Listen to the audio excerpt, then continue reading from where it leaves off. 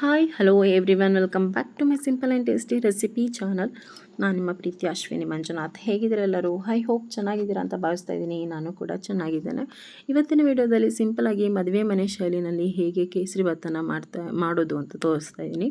ನಾನು ಮಾಡ್ತಕ್ಕಂತಹ ಕೇಸರಿ ಭಾತ್ ಯಾವುದೇ ರೀತಿ ಫುಡ್ ಕಲರ್ ಹಾಕಲ್ಲ, ಇದು ಆರ್ಗಾನಿಕ್ ಆಗಿರುತ್ತೆ. ಸೊ ನಾನು ಮಾಡ್ತಾ ಇರೋ ಒಂದು ಪೈನಾಪಲ್ ಕೇಸರಿ ಭಾತ್ ಹೇಗೆ ಮಾಡೋದು ಅಂತ ತೋರಿಸ್ತಾ ಇದ್ದೀನಿ. ಮೊದಲನೇದಾಗಿ ನಾನಿಲ್ಲಿ ತುರಿದಿಟ್ಕೊಂಡಿರುವಂತಹ ಒಂದು ಅರ್ಧ ಕಪ್ಪಷ್ಟು ಪೈನಾಪಲನ್ನು ತೊಗೊಂಡಿದ್ದೀನಿ.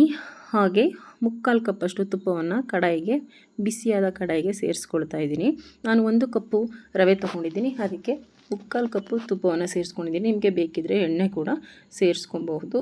ನಾನಿಲ್ಲಿ ಡ್ರೈ ಫ್ರೂಟ್ಸು ಏನಪ್ಪ ಅಂದರೆ ಗೋಡಂಬಿ ಹಾಕ್ಕೊಳ್ತಾ ಇದ್ದೀನಿ. ಹಾಗೆ ಸ್ವಲ್ಪ ಫ್ರೈ ಆದಮೇಲೆ ದ್ರಾಕ್ಷಿ ಕೂಡ ಸೇರಿಸ್ಕೊಳ್ತಾ ಇದ್ದೀನಿ. ಇವೆಲ್ಲವೂ ಫ್ರೈ ಆಗಿ ನೆಕ್ಸ್ಟ್ ನಾನಿಲ್ಲಿ ಲವಂಗ ಸೇರಿಸ್ಕೊಳ್ತಾ ಇದ್ದೀನಿ. ಲವಂಗನೇ ಇದಕ್ಕೆ ತುಂಬ ಫ್ಲೇವರ್ಫುಲ್ ಆಗಿರೋದು.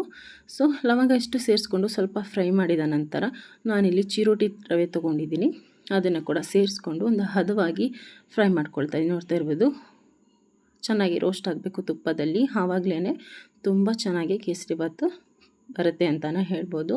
ಆ ಒಂದು ಮದುವೆ ಮನೆ ಶೈಲಿನಲ್ಲಿ ಬರುತ್ತೆ, ತುಂಬ ಸಾಫ್ಟಾಗಿರುತ್ತೆ, ಕೈಗೆಲ್ಲೂ ಅಂಟೋದಿಲ್ಲ.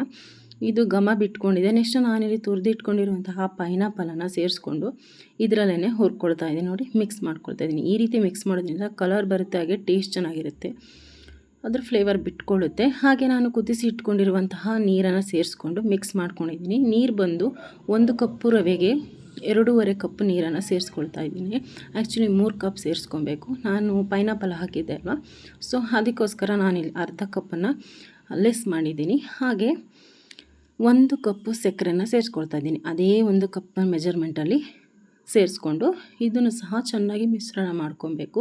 ಆ ರವೆ ಮತ್ತು ಸಕ್ಕರೆ ಎರಡು ಚೆನ್ನಾಗಿ ಬೆರೆತು ತುಪ್ಪ ಬಿಟ್ಕೊಬೇಕು, ತಳ ಬಿಟ್ಟು ಬರಬೇಕು. ಅಲ್ಲಿ ತನಕ ನಾವು ಕೈ ಬಿಡದೆ ಚೆನ್ನಾಗಿ ತಿರುಗಿಸ್ಕೊಬೇಕಾಗತ್ತೆ. ಇದೇ ರೀತಿ ನೋಡಿ, ಈ ರೀತಿಯಾಗಿ ತಿರುಗಿಸ್ಕೊಬೇಕು. ತುಂಬ ಪರ್ಫೆಕ್ಟಾಗಿ ಬರುತ್ತೆ ಕೇಸರಿ ಭಾತು, ಪೈನಾಪಲ್ ಕೇಸರಿ ಭಾತು. ಫ್ಲೇವರ್ ಕೂಡ ಅಷ್ಟೇ ತುಂಬ ಚೆನ್ನಾಗಿರುತ್ತೆ.